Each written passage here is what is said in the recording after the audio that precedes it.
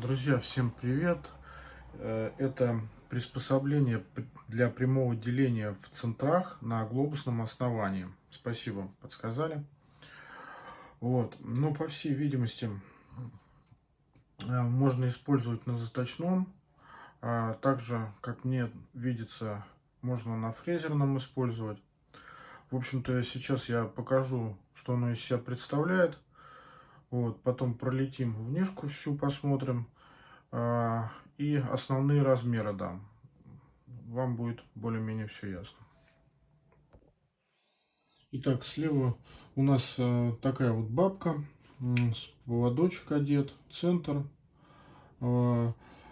барабан для прямого деления.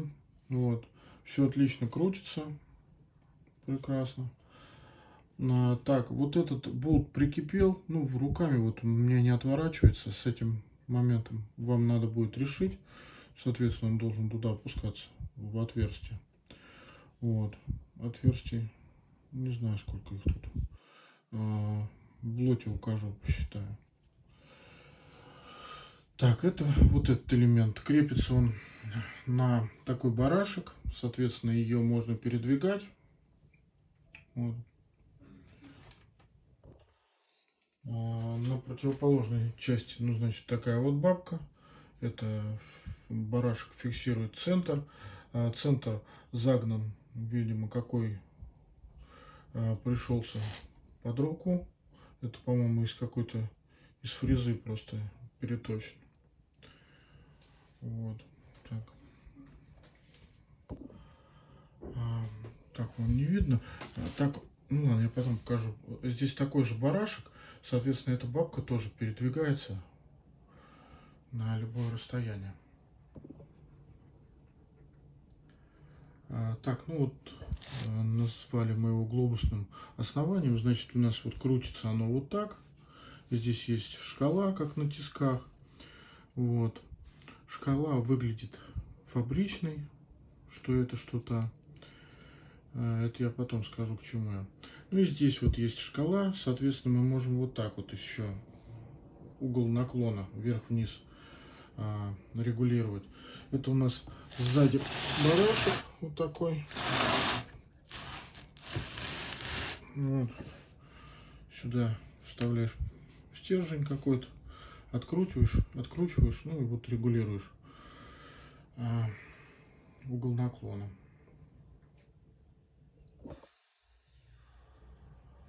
Так, бабка с обратной стороны. Ну, соответственно, здесь вот есть тоже такой барашек с накаткой, да, ручка. Вот где-то там сюда поставили, зафиксировали. И вот так вот притянули, и у нас уже ничего не крутится, не двигается. Вот. Все работает. Теперь хотелось отметить, ну, это так, чисто догадки для себя больше. Смотрите, что тут? Нанесение шкалы 1 и 2 не похоже на внутризаводскую. И вот эти элементы тоже не точеные. Вот, они тоже не похожи на внутризаводские. Вот. Также здесь вот на основании нанесено, выбито 5-5. Вот у меня недавно с тех же краев появился центроискатель, вот такой. Вот, не знаю, видно вам, не видно, нифига вам не видно.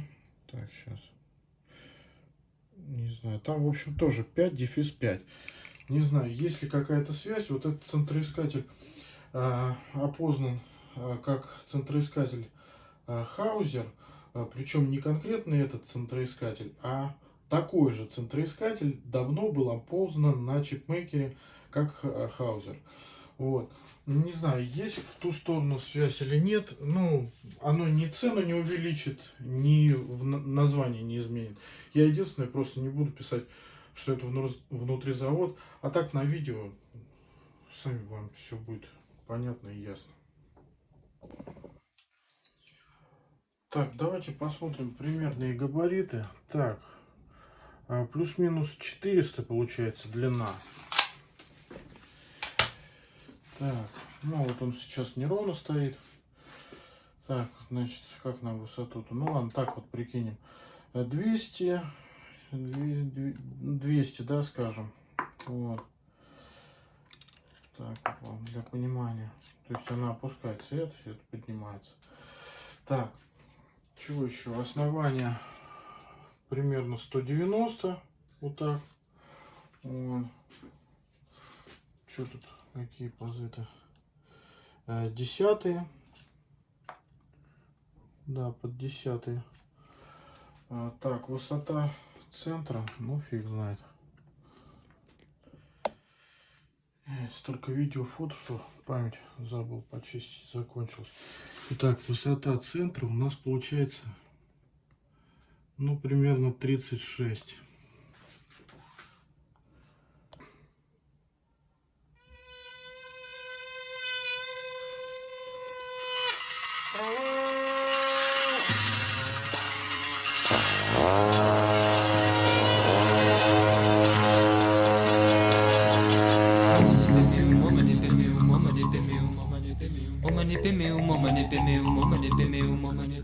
Padma samba va padma samba va padma samba va padma padma samba va padma samba va padma samba va padma la ilama la ilama la ilama la ilama la ilama la ilama lama tashidele lama tashidele lama tashidele lama tashidele lama tashidele lama tashidele lama tashidele lama tashidele momani peme momani peme momani peme momani peme momani peme momani peme momani peme samba va padma